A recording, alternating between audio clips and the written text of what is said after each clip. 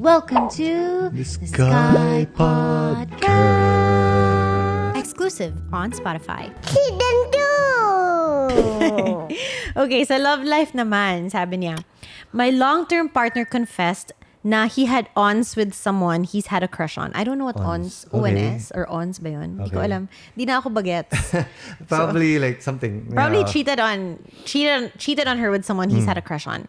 I thought before non-negotiable ang cheating sa akin, pero ewan ko, I took the risk and accepted him. It's been half a year since his confession and walang araw na hindi ko inisip yun. Wala naman kaming problema at the moment, but everyone in my circle told me it was very wrong to keep him. Until now, I question myself if it was wrong of me to swallow everything and let my love for him persist. Was I wrong in giving him a second chance? If it's eating you up, I would say you should be very, very open to your partner. Na, okay, this happened a long time ago, and it's still eating me up until this day. Because hindi mo mabibigyan ng 100%. He wasn't fair to you, but now, you're the one that isn't being fair to him. Kasi parang sinabi mo, mafo-forgive mo lahat, pero hindi pala, di ba? Yeah. And I understand.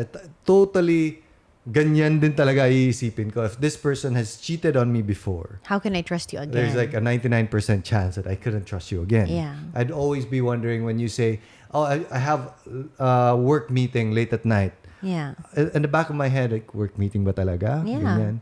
So, parang, in a past podcast, pinag-usapan natin na parang you can't play on broken strings. Diba? Natatapos na, wow, parang ang ano natin, ang sentimental. But this yes. is also coming from a place of experience ni Slater, diba? Oo, and parang every time na mag-aaway kayo, there's a very good chance that at the back of your head, you're thinking that again. Like, You're gonna bring it up. Oh. So, hindi talaga siya forgive and forget. And yes, unless you have the Maturity and the power.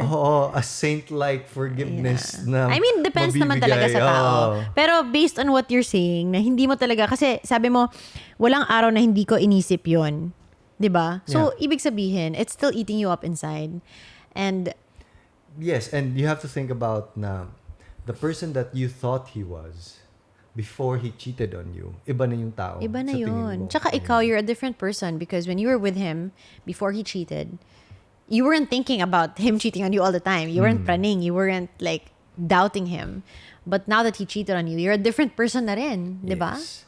So, I think the best advice would be, it's very hard to give love advice to people na parang hindi ikaw yung nandun. Kasi it's to accept love advice because pag nandun yung emotions and nandun yung emotions tend to come first before the logic. And you'll do what you want to do. And you'll just try to justify it with whatever. But if ever mapunta ka sa mindset na, okay, I'm willing to listen na, I would say, think about it hard. Imagine yourself marrying this person, having a kid. Because that's the whole point of the relationship anyways, na magpro-progress siya into something more. Diba? If you still cannot see yourself na parang may dalawang anak na kayo, like us, tapos mafe-feel mo pa rin na every time he goes out, like parang, oh, baka mayroon pa na namang iba mangyayari. For the rest of your life ka na lang maging praning. You're always going to be, parang ano ba yan, like, tumitingin ka sa likod palagi kung anong mangyayari. Just think about that it may not be the life you want to live. Yeah. Kung kaya mo bang talagang forgive and forget. Yes. Kung 100% sure ka na hindi niya gagawin yun ulit. Yes. Or be honest with yourself. Kung hindi mo talaga kaya, maybe it's time to say, Well, thank you next. I think you can never be 100% sure na gagawin niya ulit o hindi. It's more of ikaw, kaya mo bang to close that eye and say, okay, I will forgive you completely. I'll give you another chance. But when you say you're gonna give another chance, dapat kumpleto. Dapat kumpleto. You're not gonna be wanting to check his phone pag nasa banya siya. You're not gonna wonder where he is late at night. If he says may work meeting, talagang isipin mo work meeting. Ganon. Kaya mo ba yun? That's Ang the sarap question. din ng feeling na, for example, kami ni Chris, we're very open with each other. We don't check each other's phones, but we borrow each other's phones from time to time. Love, patingin ng photo na tinake mo kanina. Di ba may mga relationships na, this is my private property. Don't look at my phone. And like parang ang sarap ng feeling where you can just be open and so a relationship like that should, for me, is like the necessity. Kailangan Bare din yan. minimum. Bare Bare minimum. minimum.